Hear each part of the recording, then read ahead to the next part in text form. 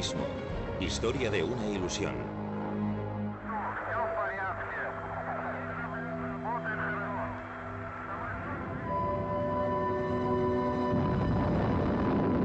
El colapso.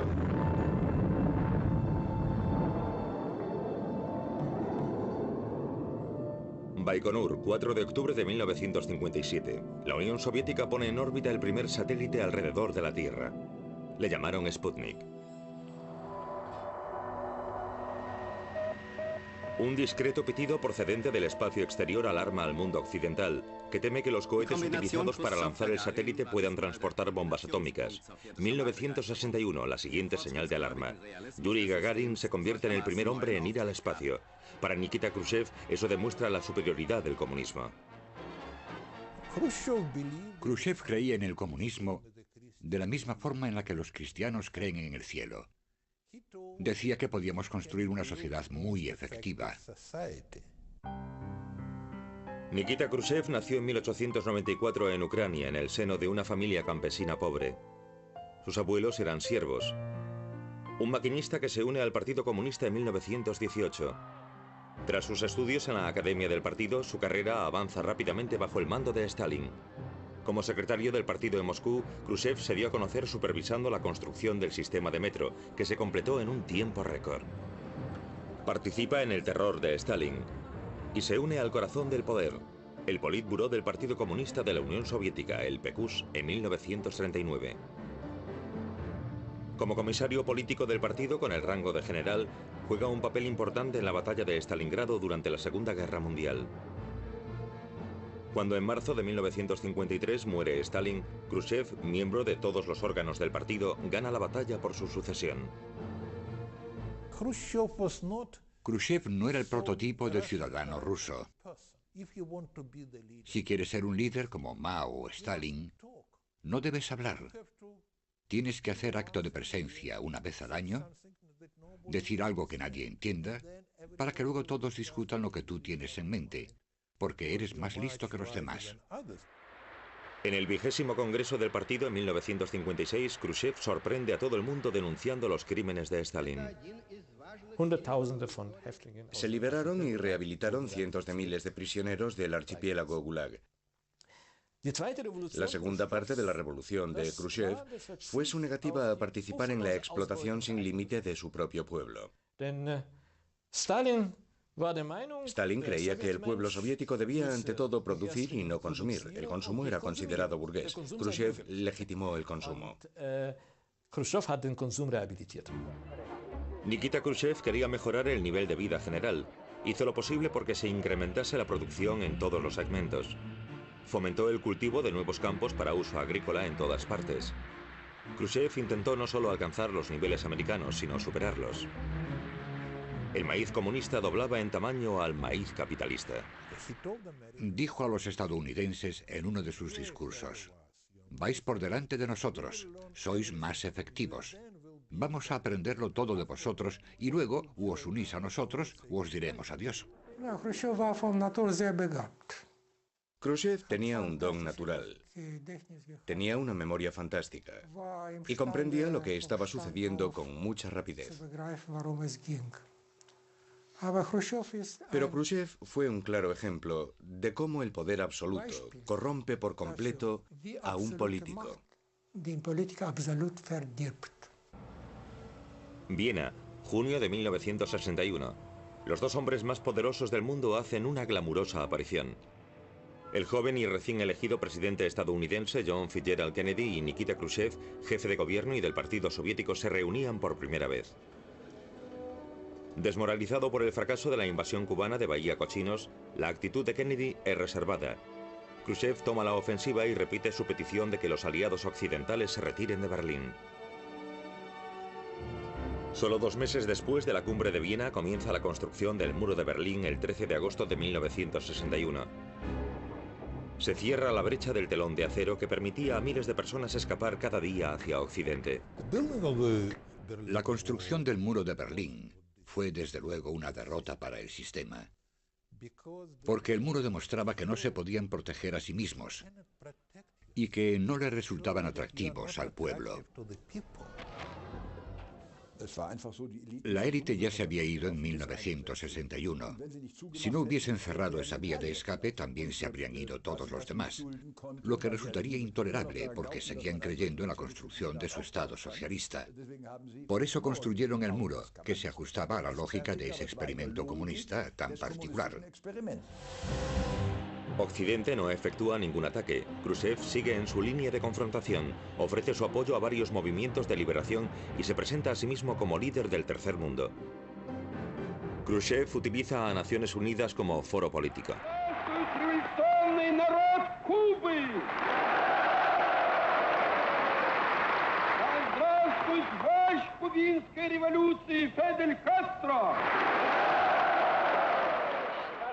La política de boicot estadounidense conduce a Cuba al rincón comunista. Khrushchev is good friend, good Cuban friend. Your leaders speak about aggression to Cuba. Khrushchev speak about defending Cuba. You to take our airplane. Khrushchev plane is our plane. Khrushchev is friend. Khrushchev quería ser respetado como un igual y presionó a todos los presidentes norteamericanos. El presidente Eisenhower, el presidente Kennedy. Fue una de las razones de la crisis de los misiles en Cuba. Quiero ser un igual. Y los norteamericanos no querían hacerlo voluntariamente. Por lo tanto, lo hicieron bajo la presión de Khrushchev. En octubre de 1962, aviones espía americanos fotografiaron bases de misiles en Cuba. Kennedy impone un bloqueo naval. La crisis se intensifica. Ambas partes se preparan para una guerra nuclear. El mundo está al borde de la aniquilación. En el último instante, Kennedy y Khrushchev logran llegar a un acuerdo secreto. Los barcos soviéticos cargados con misiles invierten el rumbo. A cambio, Estados Unidos accede a retirar sus misiles nucleares de la frontera turco-soviética en un plazo de 6 meses. El peligroso silencio entre los dos líderes se salva gracias a la instalación de una línea de telex, el famoso teléfono rojo. Las figuras más poderosas del mundo se dedicaban una vez más a juegos pacíficos. Aquí vemos a Nikita Khrushchev jugando al bádminton con el secretario de Estado estadounidense Dean Rusk. Pero la carrera económica con Occidente había fracasado. Khrushchev reconoce que una economía controlada centralmente es demasiado difícil de manejar. Sus ambiciosos proyectos políticos no tuvieron éxito. Tras una sucesión de fracasos en la agricultura, Khrushchev se ve obligado a comprar trigo al enemigo capitalista. Perdió prestigio. No quiero decir que Khrushchev perdiese prestigio personalmente, pero la Unión Soviética sí. Muchos miembros del partido de la denominada democracia del pueblo sentían lo mismo. Y creo que esa fue una de las razones por las que fue destituido. Entonces fue cuando comenzaron las reformas. Quería la descentralización y proporcionarles la mayor parte del poder a los dirigentes y reducir sus relaciones con el Estado solo mediante el pago de impuestos. Podría haber sido un primer paso hacia la economía de mercado. ¿Ingenieros? ¿Fábricas en la Unión Soviética? Imposible. Esa idea de un plan centralizado, donde se suponía que debíamos planear las cosas hasta el último detalle, era completamente absurda. Esperábamos convertirnos en autónomos, y eso no era posible. Y como añadido, la incompetencia de los oficiales del partido. Llegado a ese punto necesitábamos expertos. Intentar hacer planes cuando las cifras básicas ascendían a decenas de miles de millones. ¿Cómo podría alguien hacer eso? Se estaba hablando de reformas económicas de largo alcance. No solo necesariamente de privatización, sino de otras cosas también. Y realmente sin ellas, la economía soviética se iría a la bancarrota. Y toda la burocracia estaba en contra de eso, porque comprendían que debían tener el control. Y querían estabilidad y la certeza de que ocuparían sus puestos hasta que muriesen. Por lo tanto, querían que se les sustituyese. Para celebrar su 70º cumpleaños, en abril de 1964, a Nikita Khrushchev se le concede la mayor condecoración del país, héroe de la Unión Soviética. La ceremonia de condecoración la dirige Leónidas Brezhnev, que al mismo tiempo también planea un derrocamiento. Solo 6 meses después, en octubre de 1964, llega la hora. Khrushchev es expulsado del poder. Los que lo apartan de sus funciones son los antiguos estalinistas o neoestalinistas, los burócratas y los privilegiados, porque quería ir demasiado lejos. La Unión Soviética era una sociedad de clases y no le interesaba sacrificar sus privilegios.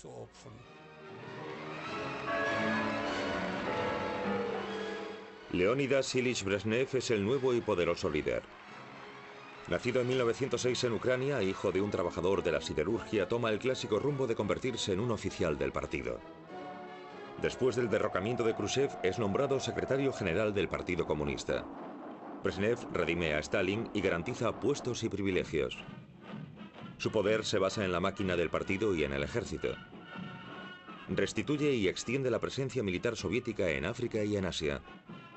En Vietnam, Brezhnev ofrece su apoyo al Vietcong comunista contra la invasión de las tropas estadounidenses. La guerra de Vietnam. El constante bombardeo estadounidense y la elevada cifra de víctimas civiles vietnamitas provocan protestas en todo el mundo. Ho Chi Minh, Che Guevara y Fidel Castro se convierten en símbolos de la protesta estudiantil contra la guerra de Vietnam y el sistema capitalista. Empiezan a leer a Marx y a Engels y a creer en un futuro socialista.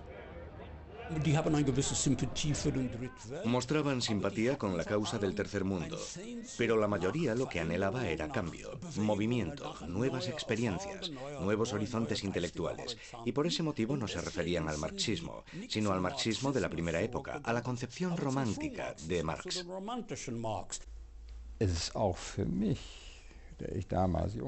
Para mí fue un fenómeno. Entonces era joven. No alcanzaba a comprender cómo alguien que vivía en el Berlín occidental, a pocos kilómetros de la República Democrática Alemana, pudiese seguir creyendo en el marxismo o incluso en el comunismo.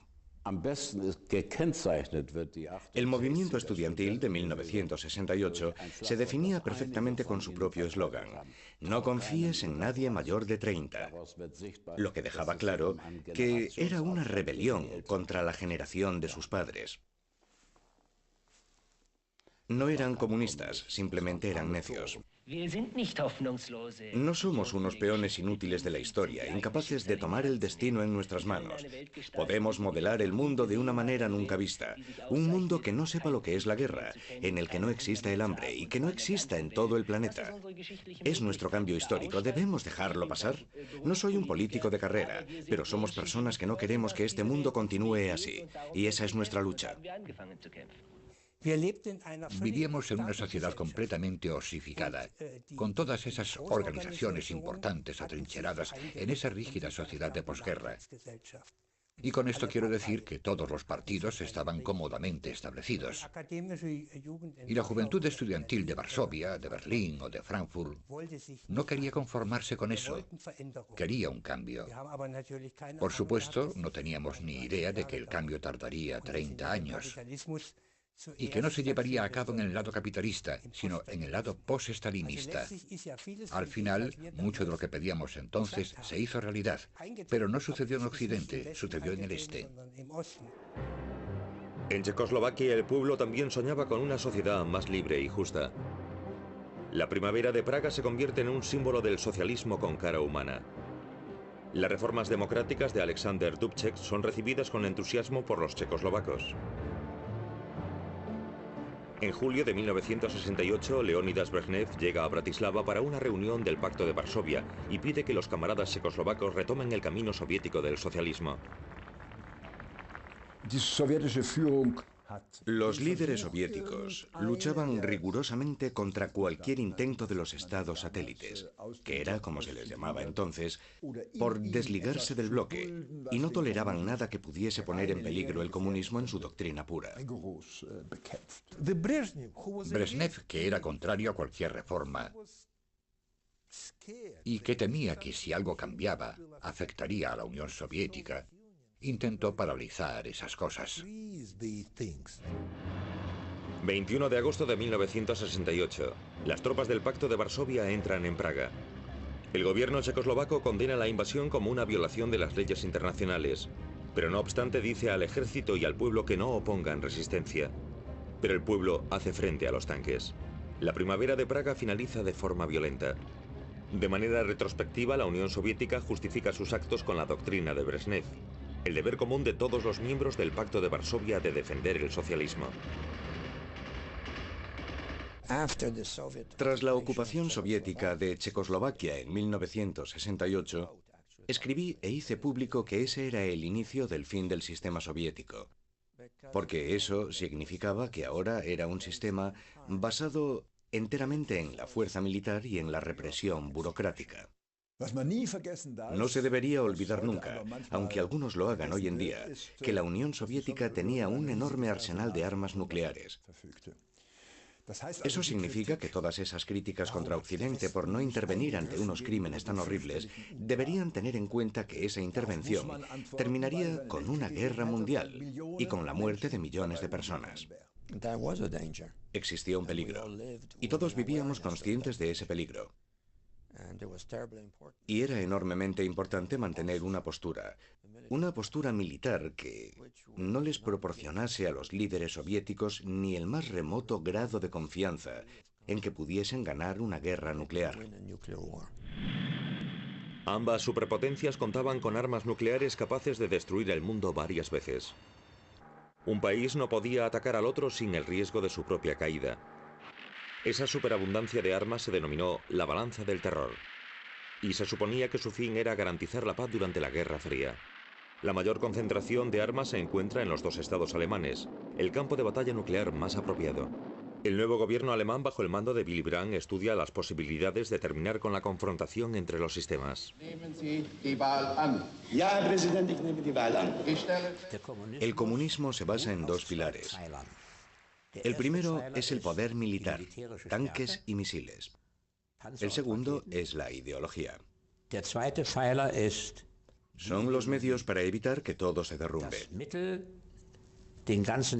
Por lo tanto, si se quiere hacer algo respecto al sistema soviético, hay que asegurarse de que el primer pilar no es o ya no será peligroso. Es decir, reducción de armas, restricción y eliminación de armas para reducir o eliminar el factor amenaza. Y el segundo factor, la ideología, es algo de lo que solamente los socialdemócratas se pueden encargar. Y eso constituía la base hipotética sobre la que actuábamos. Pero Willy Brandt decía: tenéis que guardar silencio. No podemos permitir que nadie de fuera sepa que tenemos esta concepción en mente. De no ser así, dirían, están locos, y no son consecuentes.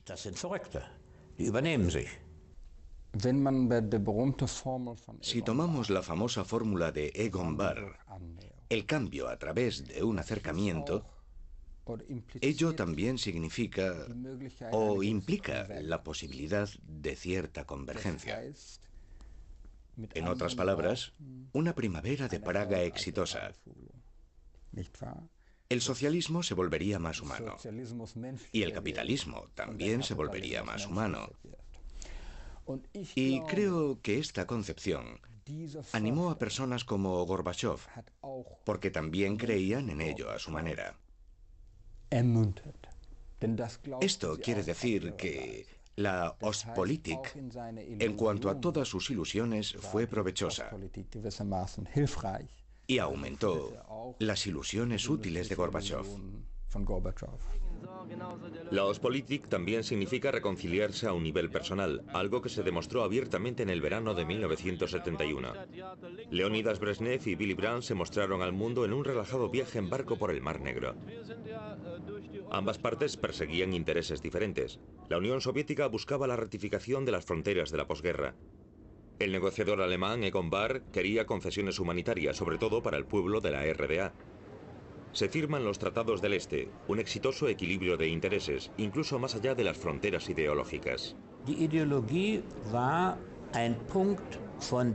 Después de sus charlas con Brezhnev, Brandt comprendió que en términos de ideología, básicamente eran cínicos.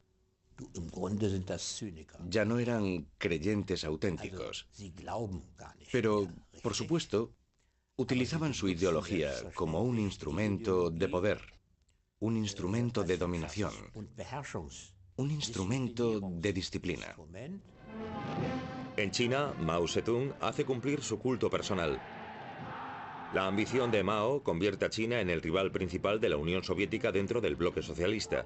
Ambas partes se acusan mutuamente de traicionar al comunismo.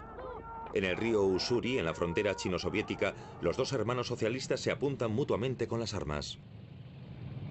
Mao y los chinos pensaban que eran más grandes y que su sangre revolucionaria fresca les permitiría ser los líderes del mundo comunista. Y repito que el comunismo en aquella época no era más que una etiqueta. Era una lucha por ser el líder del tercer mundo. Mientras la política exterior de Mao se afana por conseguir el papel dominante en el tercer mundo, el Partido Comunista Chino le desafía. Él moviliza al pueblo contra los funcionarios del Partido Comunista. Su reforma económica fracasa. Hay que pensar en ello como una guerra civil gigante. Por supuesto, se llevaron a cabo 1 o 2 juicios públicos, pero se trató de una guerra civil, con masacres horribles, y también otros juicios menores, no comparables con los juicios de Stalin, y en cierto modo, algo incluso más brutal que lo que sucedió en Moscú. Tras la muerte de Mao Zedong, en China se produjo otro cambio radical. Deng Xiaoping logró triunfar allí donde fracasó Nikita Khrushchev después de la muerte de Stalin. Con la lenta introducción de zonas empresariales libres, Deng llega a descentralizar la economía de acuerdo al modelo de la economía de mercado. Al mismo tiempo, el Partido Comunista se aferra a su poder.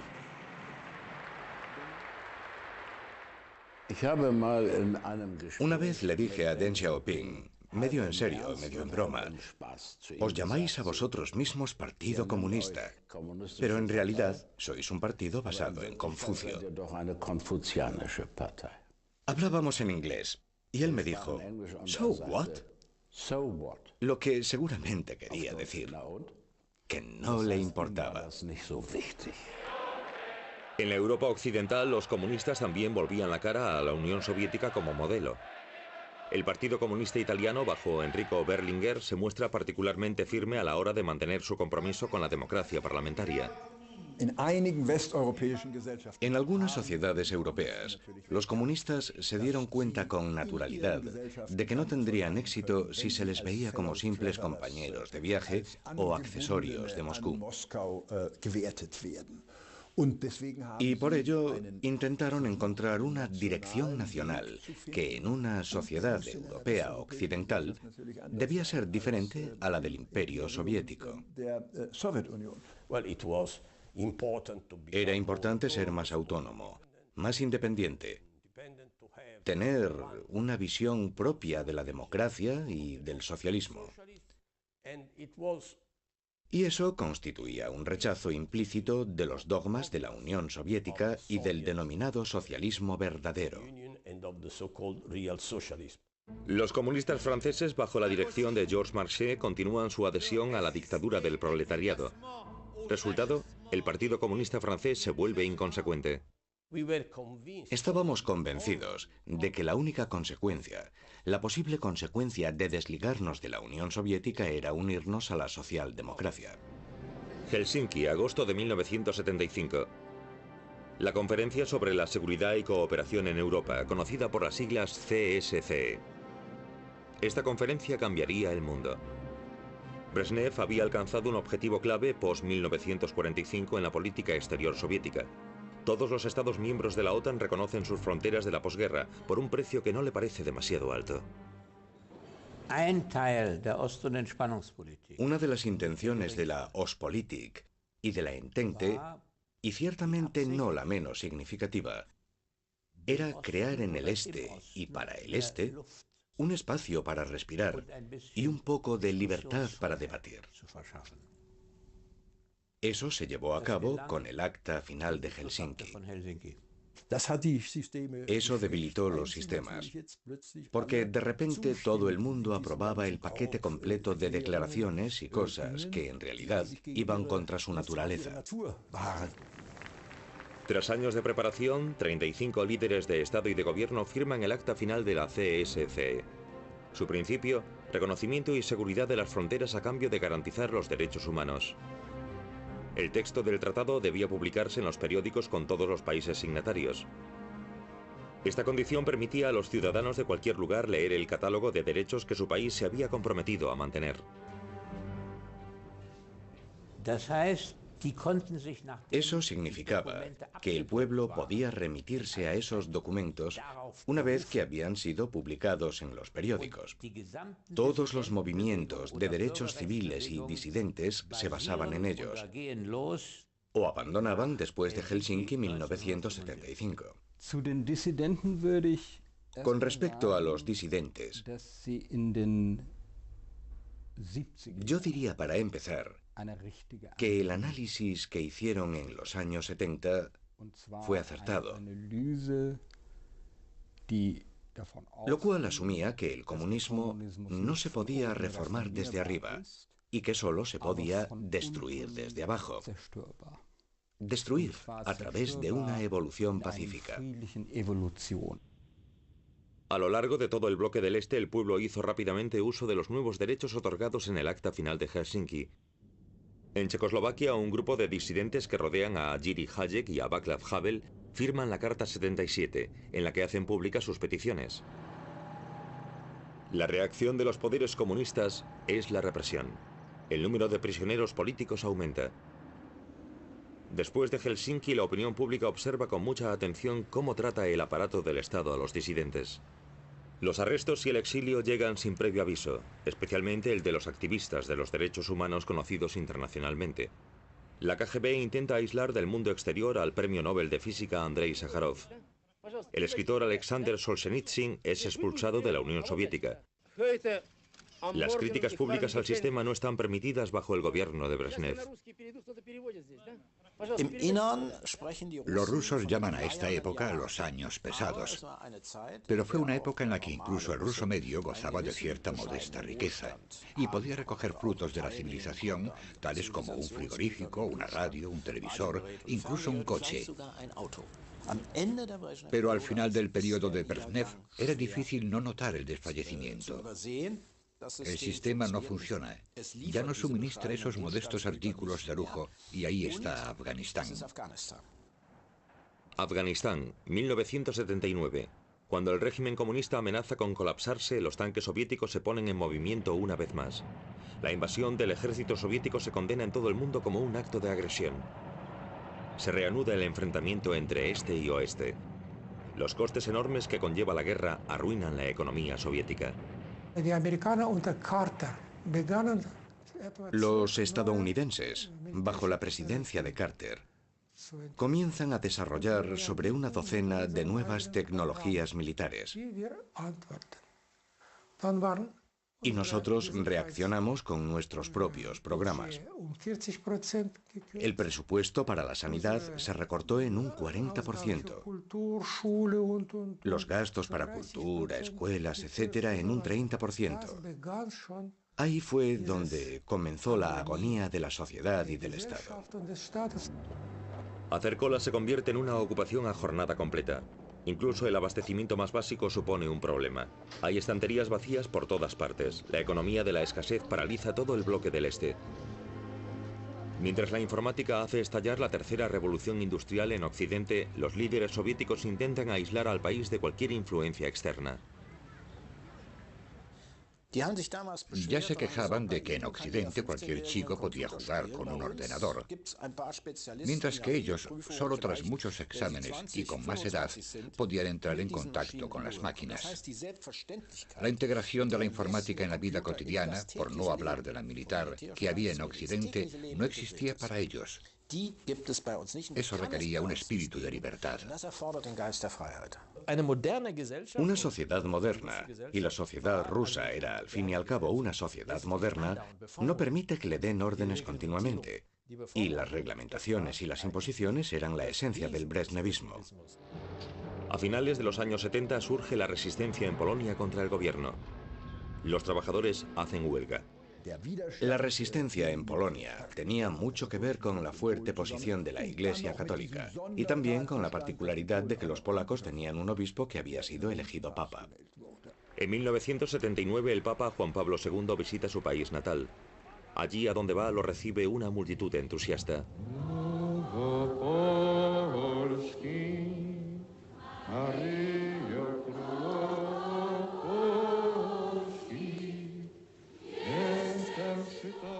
Ohne polnische Papst, kein Gorbatschow. Sin papa polaco no hay Gorbachov, ni revolución de terciopelo en 1989. Con toda certeza, sin el papa y sin su visita a Polonia en 1979, la ruptura del régimen y la experiencia que condujo a Solidaridad no habría tenido lugar. La visita del Papa inspira un nuevo movimiento de oposición. Los trabajadores del muelle de Lenin en Gdansk inician uniones independientes que se agrupan bajo el nombre de Solidarność, Solidaridad, bajo el liderazgo de Lech Walesa. Las diferentes voces de los grupos disidentes reclaman los derechos garantizados en Helsinki, convirtiéndose en un movimiento de masas que lucha por la autodeterminación. Sin Solidaridad, no tendríamos a Gorbachov, ya que la premisa de la política europea de Gorbachov era: no se puede seguir así en Europa del Este, tenemos que cambiar algo de base en Europa del Este. Mikhail Gorbachov se convierte en miembro del Politburó del Partido Comunista de la Unión Soviética. Aún no había cumplido los 50 años. 1982, el desfile conmemorando el 65 aniversario de la Revolución. Gorbachov es con mucho el más joven entre los, por otra parte, grises funcionarios. Marcado por los años y una grave enfermedad, el líder del Estado y secretario general del PQS, Leonidas Brezhnev, muere poco después. En los siguientes 3 años, sus 2 sucesores también mueren, Yuri Andropov y Konstantin Chernenko.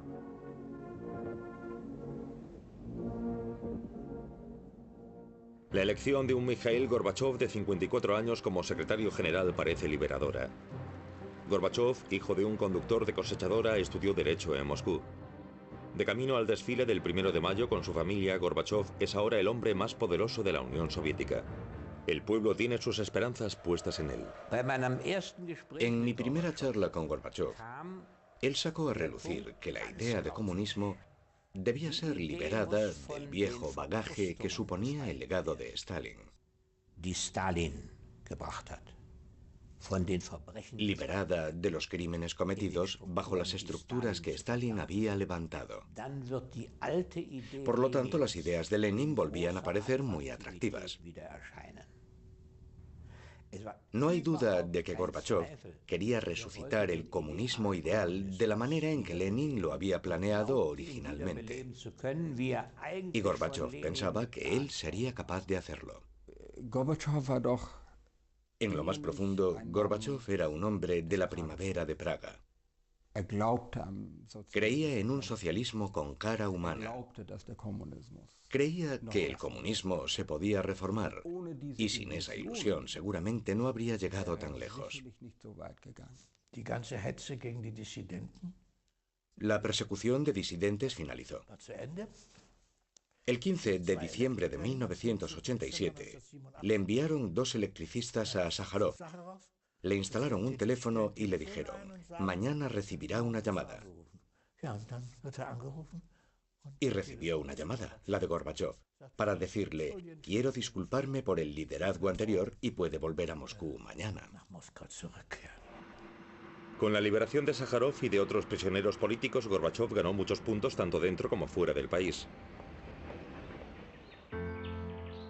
Los campos para prisioneros políticos se cerraron. Algunos, como el Perm 36, se convirtieron en museo. El estilo político también cambia. Gorbachov busca el contacto directo con la gente. Hace campaña política en las calles. Creo que no existe ninguna transformación de sistema en toda la historia de la humanidad comparada a la de la Unión Soviética.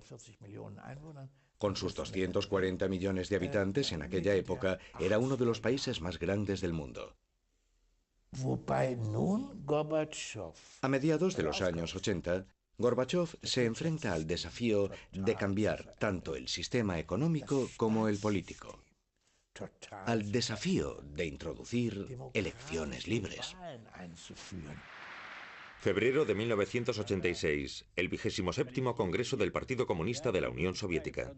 Gorbachov hace una aparición espectacular. Glasnost y Perestroika eran su eslogan. Transparencia y cambio. Los diputados del partido están embelesados. En el aire hay un sentimiento de optimismo.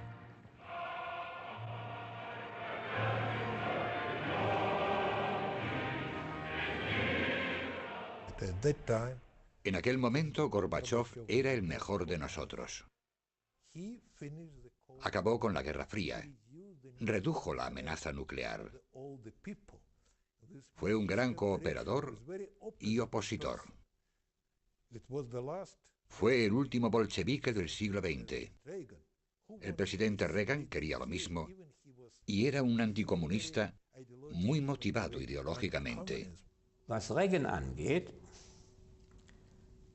Con respecto a Reagan, era un anticomunista inflexible. Inflexible en cuanto que pensaba, tenemos no solo la responsabilidad, sino también la oportunidad de acorralar a la Unión Soviética en una carrera armamentista hasta que empiece a chillar. Y eso fue lo que hizo. Pero fue lo suficientemente listo como para hablar como un guerrero frío y tomar decisiones como un político de la entente. Reykjavik supuso el punto decisivo entre Washington y Moscú. Con entusiasmo y rapidez, Gorbachov avanza en su política exterior. En 1986 se produce un encuentro decisivo con el presidente de los Estados Unidos, Ronald Reagan, en Reykjavik. Uno de los principales problemas del gobierno soviético es la presión feroz de los Estados Unidos para que se modernice. Tras años de carrera armamentística, comienza a hablarse en serio de una reducción de armas. Reykjavik es solo el comienzo del amplio recorrido diplomático de Gorbachov. Es un virtuoso de la escena internacional, sobre todo de Naciones Unidas. Con sus propuestas para la reducción de armas, fuerza la decisión del presidente de los Estados Unidos. Pero Mikhail Gorbachov también se encuentra bajo presión. Debe sanear el presupuesto de su gobierno eliminando unas armas decisivas y los gastos bélicos. Sí, Afganistán.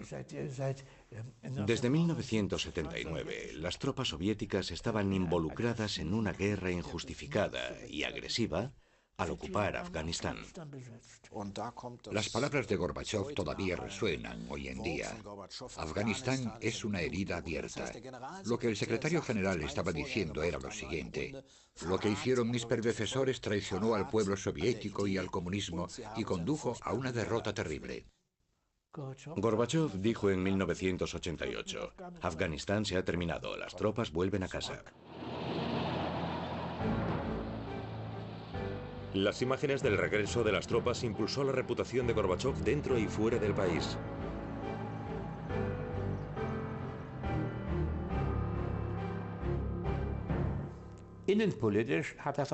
Fracasó en términos de política interior.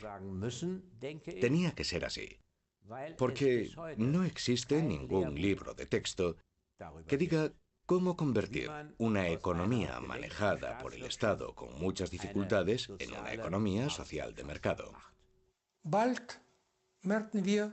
Pronto nos dimos cuenta de que no tenía un sistema, un programa. Su tesis era, ataca primero y mira luego alrededor. Y después dijo, es lo que dijo Lenin una vez. Una pequeña confusión. Lenin no lo dijo, lo hizo Napoleón.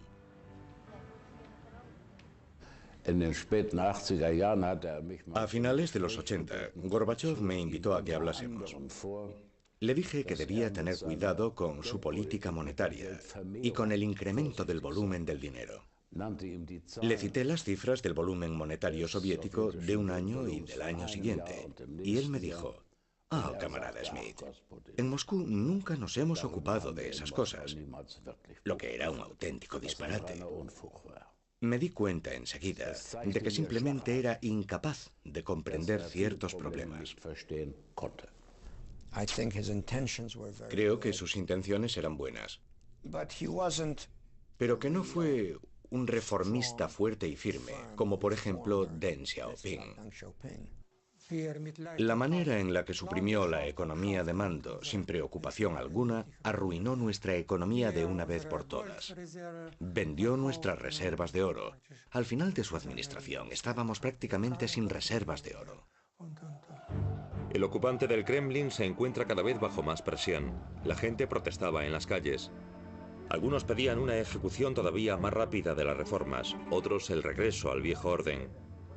Los mineros hacían huelga reclamando sus sueldos, pero también sus derechos democráticos.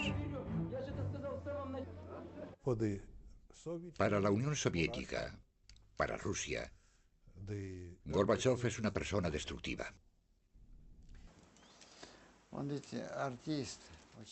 Es un virtuoso, un actor. Todo el mundo pensaba que era totalmente capaz de adaptarse. Podía representar tanto comedia como tragedia. No sé decir cómo llegó Gorbachov a la conclusión de que Lenin también debía ser abolido. Gorbachov, como cualquiera formado por el KGB, creía lo que decían los informes del KGB. Todos tenían una personalidad soviética sonriente, todos creían en el ideal soviético y las naciones no eran más que simples detalles. Y él lo creía realmente. Pero cuando tomó la democracia en serio afirmó: necesitamos la democracia como el aire que respiramos. Eso lo leí yo en Moscú, en los primeros años de Gorbachov. Subestimó el hecho de que la democracia también podía ser altamente explosiva, combinada con el nacionalismo. Necesitamos la democracia como el aire que respiramos. Le dije a Billy: escucha, el viejo conflicto se ha terminado. Ya no era la dictadura del proletariado, sino la democracia como el aire que respiramos. Es decir, que el líder de los comunistas aceptaba el acuerdo de base de la socialdemocracia. Eso también implicaba perder poder. Y Billy replicó: cállate, no queremos causarle más problemas al chico de los que ya tiene. En 1988, Gorbachov abandona la doctrina de Brezhnev. Eso significa que la Unión Soviética renuncia a su prerrogativa de intervenir en todos los países socialistas. Unos meses más tarde se produce la revolución de terciopelo en la mayoría de países del bloque del Este. Los gobiernos comunistas son derribados de forma no violenta en casi todas partes. Es el fin del Imperio Soviético. El 7 de octubre de 1989, la RDA celebra el 40º aniversario de su creación. El invitado de honor, el jefe del Partido Soviético Mikhail Gorbachov. Los líderes de la RDA se aferran a los antiguos rituales.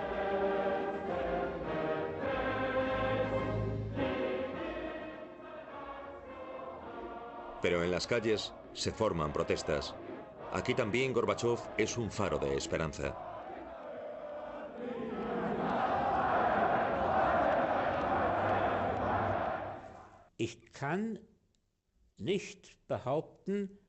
No puedo decir que sintiese algo diferente al resto del país o al resto del mundo. En aquella famosa tarde del 9 de noviembre de 1989, me fui a casa porque no sucedía nada en el Parlamento alemán. Una agenda aburrida. Y me sorprendí cuando encendí la televisión y vi a la gente bailando en el muro. Entonces sonó el teléfono. Era Billy llamando del Parlamento y preguntando: ¿sabes lo que está pasando? Sí. Sorprendido, ¿verdad? Sí. ¿Esperabas algo así? No. Un mes después cae el muro de Berlín.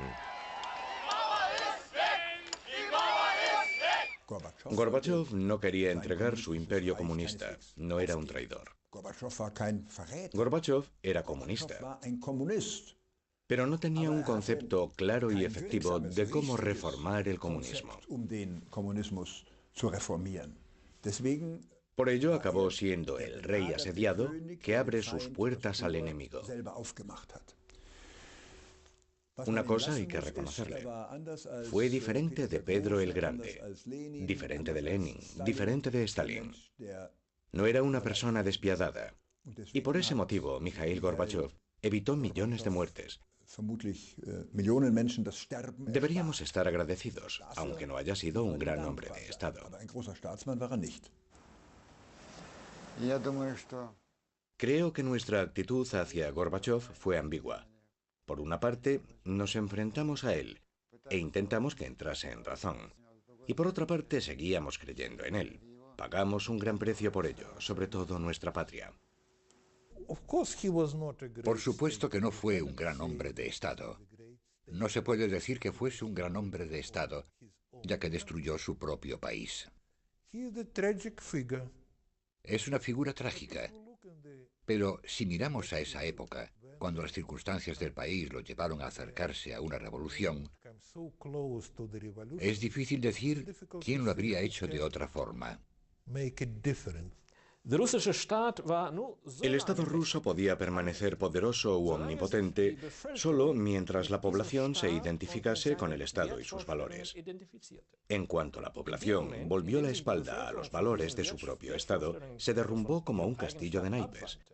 Ese fue el caso en 1917, y lo fue también en 1991. Moscú, 19 de agosto de 1991. Los tanques circulan por las calles. Miembros del servicio secreto y funcionarios del viejo comunismo intentan un golpe contra Gorbachev. Boris Yeltsin, el primer presidente ruso elegido libremente, pide al pueblo que resista. El golpe fracasa. El secretario general Gorbachev se ha salvado, pero ahora es Boris Yeltsin quien lo dirige todo. Un día después del fallido putsch, Ucrania declara su secesión de la Unión Soviética. Las demás repúblicas la siguen. La Unión Soviética se disuelve. Борис Николаевич мне сейчас, когда уже мы встретились, он дал краткое изложение заседания Кабинета министров, но я его еще не читал.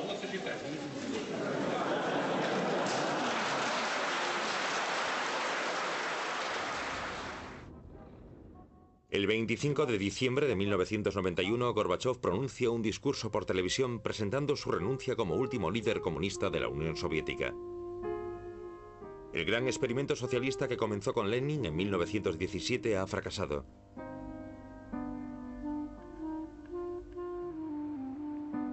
La bandera roja que ondea sobre el Kremlin es retirada. ¿Ha vencido el capitalismo para siempre o el comunismo todavía tiene futuro?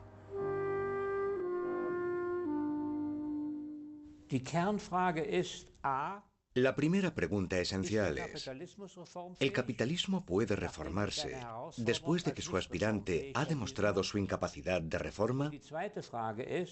Y la segunda pregunta esencial, considerando el hecho de que estamos en medio de un desarrollo que afecta a todas las sociedades industriales, en las que las máquinas cada vez necesitan menos gente para producir más y más, ¿cómo se puede escapar de esa situación sin dañar o destruir el sistema? Yo no creo en la eterna victoria del capitalismo. Pero tampoco creo en que una doctrina tan absurda y antihumana como el comunismo pueda restablecerse. Creo que el próximo cambio decisivo se dará para reprimir políticamente este increíble sistema económico y dinámico. El viejo comunismo no va a regresar. Los conflictos socioeconómicos son demasiado brutales y demasiado complicados. Imperará la idea de la democracia parlamentaria. El comunismo es la visión, la idea, pero también la realización de que la gente no ha estado eternamente sometida a las leyes salvajes de la competencia. Un sistema comunista como el que se introdujo en Rusia en 1917 se desacredita a sí mismo y no tiene futuro. Las lecciones de historia han sido tan duras.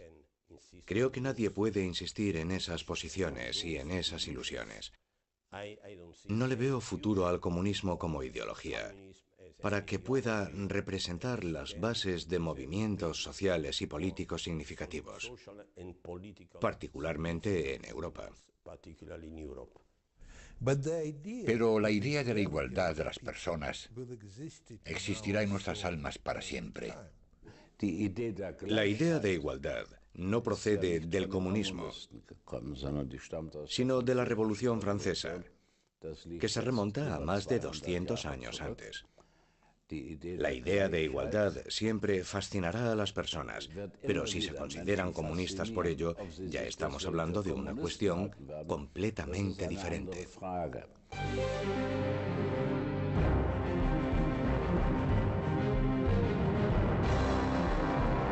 Escape también se habrían ido todos los demás, lo que resultaría intolerable porque seguían creyendo en la construcción de su Estado socialista.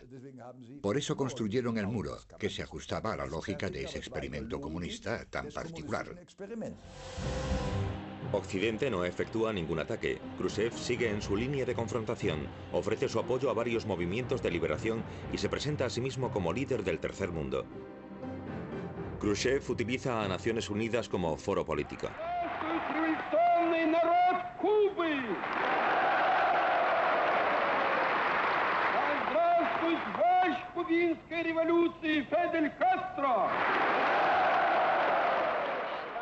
La política de boicot estadounidense conduce a Cuba al rincón comunista. Khrushchev is good friend, good Cuban friend. Your leaders speak about aggression to Cuba. Khrushchev speak about defending Cuba. You to take our airplane. Khrushchev plane is our plane. Khrushchev is friend.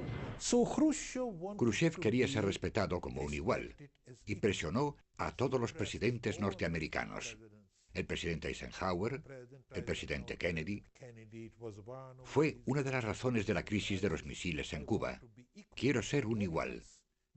Y los norteamericanos no querían hacerlo voluntariamente. Por lo tanto, lo hicieron bajo la presión de Khrushchev. En octubre de 1962, aviones espía americanos fotografiaron bases de misiles en Cuba. Kennedy impone un bloqueo naval. La crisis se intensifica. Ambas partes se preparan para una guerra nuclear. El mundo está al borde de la aniquilación. En el último instante, Kennedy y Khrushchev logran llegar a un acuerdo secreto.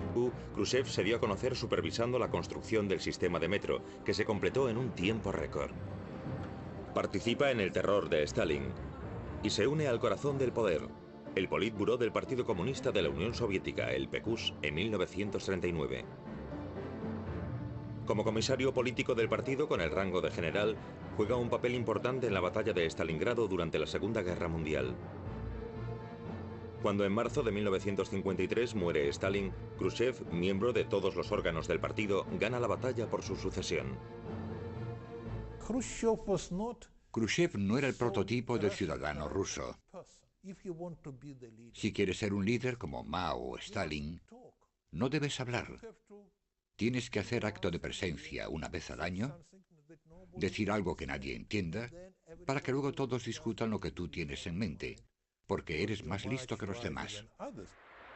En el 20º Congreso del partido en 1956, Khrushchev sorprende a todo el mundo denunciando los crímenes de Stalin.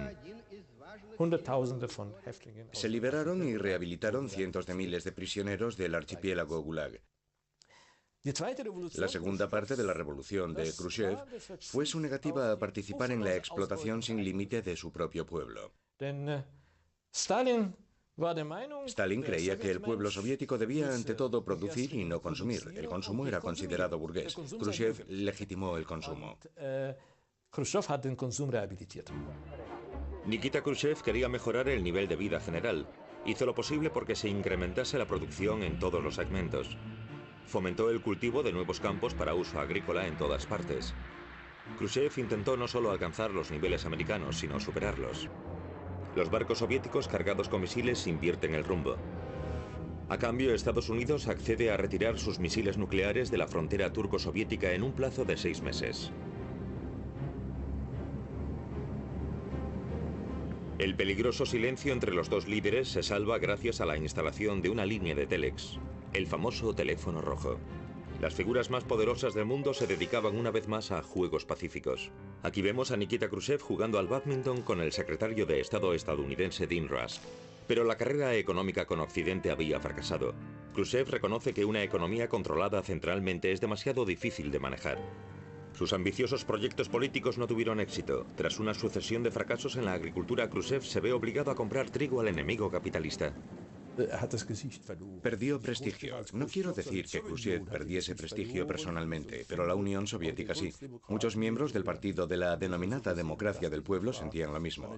Y creo que esa fue una de las razones por las que fue destituido. Entonces fue cuando comenzaron las reformas. Quería la descentralización y proporcionarles la mayor parte del poder a los dirigentes y reducir sus relaciones con el Estado solo mediante el pago de impuestos. Podría haber sido un primer paso hacia la economía de mercado. ¿Ingenieros? ¿Fábricas en la Unión Soviética? Imposible. Esa idea de un plan centralizado, donde se suponía que debíamos planear las cosas hasta el último detalle, era completamente absurda. Esperábamos convertirnos en autónomos, y eso no era posible. Y como añadido, la incompetencia de los oficiales del partido. Llegado a ese punto necesitábamos expertos. Intentar hacer planes cuando las cifras van... El maíz comunista doblaba en tamaño al maíz capitalista. Dijo a los estadounidenses en uno de sus discursos: vais por delante de nosotros, sois más efectivos. Vamos a aprenderlo todo de vosotros y luego o os unís a nosotros o os diremos adiós. Khrushchev tenía un don natural. Tenía una memoria fantástica y comprendía lo que estaba sucediendo con mucha rapidez. Pero Khrushchev fue un claro ejemplo de cómo el poder absoluto corrompe por completo a un político. Viena, junio de 1961. Los dos hombres más poderosos del mundo hacen una glamurosa aparición. El joven y recién elegido presidente estadounidense John Fitzgerald Kennedy y Nikita Khrushchev, jefe de gobierno y del Partido Soviético, se reunían por primera vez. Desmoralizado por el fracaso de la invasión cubana de Bahía Cochinos, la actitud de Kennedy es reservada. Khrushchev toma la ofensiva y repite su petición de que los aliados occidentales se retiren de Berlín. Solo 2 meses después de la cumbre de Viena comienza la construcción del muro de Berlín el 13 de agosto de 1961. Se cierra la brecha del telón de acero que permitía a miles de personas escapar cada día hacia Occidente. La construcción del muro de Berlín fue desde luego una derrota para el sistema, porque el muro demostraba que no se podían proteger a sí mismos y que no les resultaban atractivos al pueblo. La élite ya se había ido en 1961. Si no hubiesen cerrado esa vía de...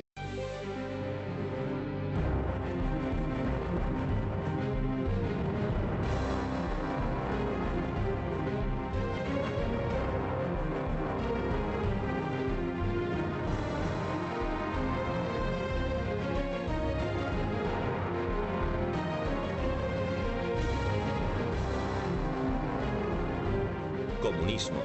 Historia de una ilusión.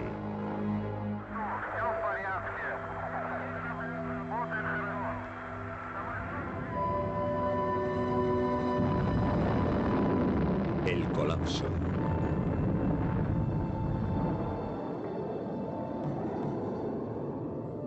Baikonur, 4 de octubre de 1957. La Unión Soviética pone en órbita el primer satélite alrededor de la Tierra. Le llamaron Sputnik. Un discreto pitido procedente del espacio exterior alarma al mundo occidental, que teme que los cohetes utilizados para lanzar el satélite puedan transportar bombas atómicas. 1961, la siguiente señal de alarma. Yuri Gagarin se convierte en el primer hombre en ir al espacio. Para Nikita Khrushchev, eso demuestra la superioridad del comunismo. Khrushchev creía en el comunismo de la misma forma en la que los cristianos creen en el cielo. Decía que podíamos construir una sociedad muy efectiva. Nikita Khrushchev nació en 1894 en Ucrania, en el seno de una familia campesina pobre. Sus abuelos eran siervos.